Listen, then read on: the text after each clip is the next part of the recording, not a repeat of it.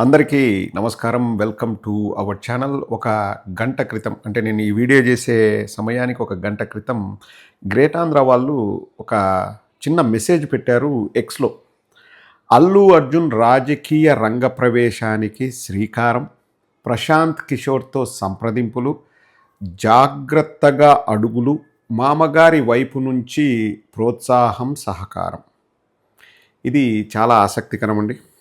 అల్లు అర్జున్ రాజకీయ రంగ ప్రవేశానికి శ్రీకారం, ప్రశాంత్ కిషోర్‌తో సంప్రదింపులని. ఎందుకు ఆసక్తికరం అంటే, విశ్వసనీయ వర్గాల నుంచి అత్యంత విశ్వసనీయ వర్గాల ద్వారా నాకు ఈ విషయం ఒక నెల క్రితం తెలిసింది. నెల క్రితం తెలిసింది. ఒక వారం రోజులు ప్రశాంత్ కిషోర్‌తో కూర్చున్నారు, మాట్లాడారు, సంప్రదింపులు జరిపారన్న విషయం కూడా నా దృష్టికొచ్చింది. కానీ మనం బ్రేక్ చేద్దాము, మనం బయటికి చెప్దామన్న ఇంట్రెస్ట్ అయితే నాకు లేదు. కానీ గ్రేట్ ఆంధ్ర అనే పత్రిక వాళ్ళు రాశారంటే వాళ్ళకు కూడా ఇన్ఫర్మేషన్ వచ్చే ఉంటుంది. మామగారి వైపు నుంచి ప్రోత్సాహం, సహకారం అన్నారు. ఇదే ఆసక్తికరం. మామగారంటే అల్లు అర్జున్‌కి ఇద్దరు మామగారు ఉన్నారు. ఒకరు మేనమామ చిరంజీవి గారైతే, ఇంకొకరు పిల్లనిచ్చిన మామ.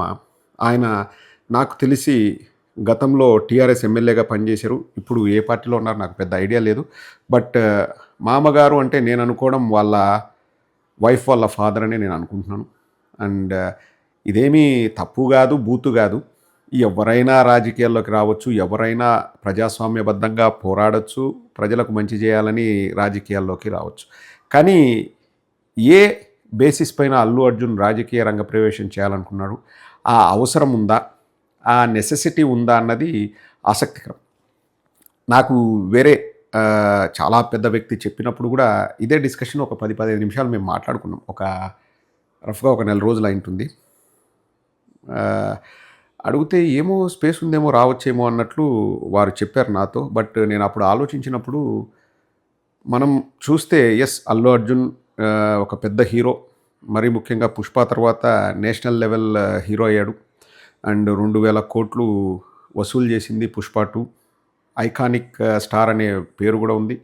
అండ్ తెలంగాణలో కూడా తనకు మంచి అవకాశాలు ఉన్నాయి. ఎందుకంటే పెళ్లి చేసుకుంది తెలంగాణలో అండ్ ఉంటుంది కూడా హైదరాబాద్లో.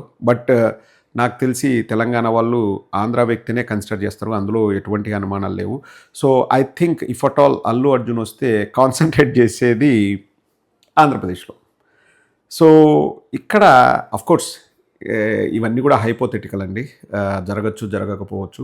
ఒకవేళ అల్లు అర్జున్ వస్తే ఎవరి ఓట్లకు గండి పడే అవకాశం ఉంది అన్నది ఇట్స్ వెరీ ఇంట్రెస్టింగ్. అదే మేము డిస్కస్ చేసాము ఒక నెల క్రితం. ఎవరి ఓట్లకు గండిపడే అవకాశం ఉందంటే అందరికీ కనిపించే, వినిపించే పేరు పవన్ కళ్యాణ్. ఎందుకంటే పవన్ కళ్యాణ్, అల్లు అర్జున్ ఒకే సామాజిక వర్గానికి చెందినవారు. అండ్ పవన్ కళ్యాణ్ పైన ఆ సామాజిక వర్గం చాలా విసుగు చెంది ఉంది. 2 ఏళ్లలో ఏమీ జరగకపోగా మమ్మల్ని తెలుగుదేశం వాళ్ళ కాళ్ళ దగ్గర తాకట్టు పెడుతున్నాడు పవన్ కళ్యాణ్ అన్న కోపము, ఆ బాధ అయితే ఆ సామాజిక వర్గంలో ఉంది. అది ఎవరు కూడా కాదనలేని సత్యం. నేను చెప్పాల్సిన అవసరం లేదండి. లాయర్ రజనీ గారు, దాసరి రాము గారు, బొలిశెట్టి సత్య గారు, వీళ్ళందరూ కూడా ఏదో ఆశించి, ఊహించి కాపులకు మంచి జరుగుతుందని ఒక తపనతో పవన్ కళ్యాణ్ గారికి సపోర్ట్ చేశారు. 2 ఏళ్ళు తిరగకముందే వీళ్ళందరూ కూడా ఇంకిప్పుడు పవన్ కళ్యాణ్ వల్ల కాదు అని వాళ్ళు డిసైడ్ అయ్యారు. అండ్ ఇప్పుడు మనం చూస్తే వైఎస్ఆర్ కాంగ్రెస్ పార్టీ వాళ్ళు కూటమి ప్రభుత్వాన్ని ఉక్కిరిబిక్కిరి చేస్తున్నారు, వాళ్ళ ట్రాప్లో కూటమి పడుతోందా అన్న ఆర్టికల్స్ పచ్చ మీడియా నుంచే వస్తున్నాయంటే మనం ఊహించుకోవచ్చు పరిస్థితి ఎలా ఉందన్నది. అండ్ పవన్ కళ్యాణ్ ప్రతిదానికి పంతానికి పోయి అసలు అవసరం లేని విషయాల్ని కూడా పెద్దది చేసి తద్వారా అతను నవ్వుల పాలవుతున్నాడన్నది రాష్ట్ర ప్రజలందరూ మాట్లాడుతున్న విషయం. ఎందుకంటే రావణ్ అనే వ్యక్తి గతంలో వైఎస్ఆర్ కాంగ్రెస్ పార్టీ వాళ్ళని విమర్శించాడు.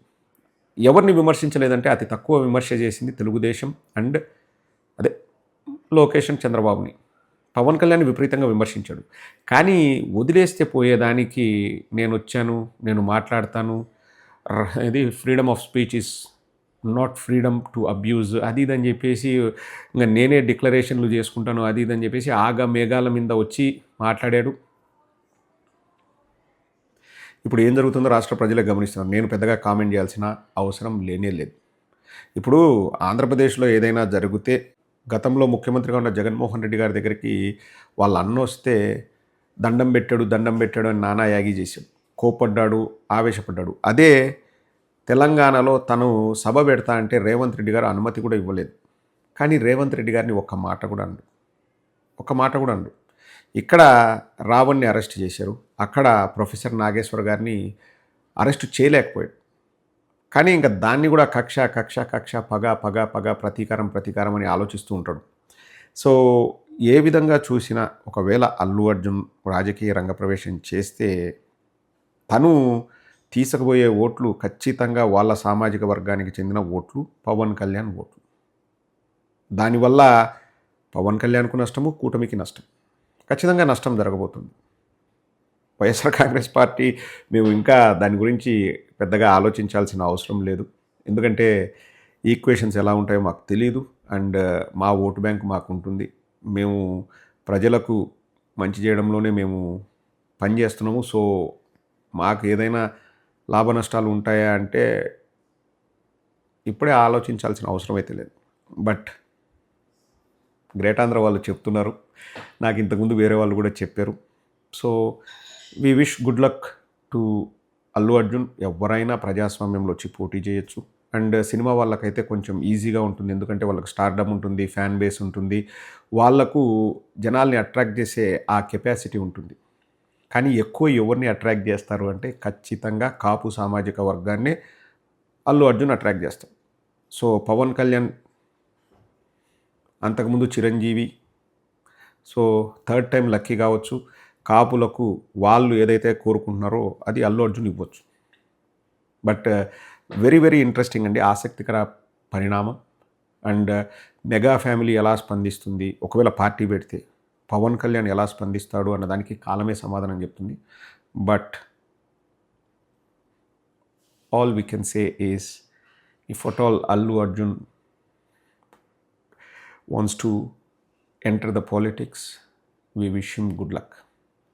మీ పుష్ప సినిమా లాగే మీ పొలిటికల్ పార్టీ కూడా సక్సెస్ అవ్వాలని కోరుకుంటున్నాము. అంతిమంగా ఎవరు రాజకీయాల్లోకి వచ్చినా, ఎవరు ప్రజాసేవ చేయాలనుకున్నా ప్రజలకు మంచి జరగాలని మాత్రమే ఎవరమైనా కోరుకుంటాం. That's it.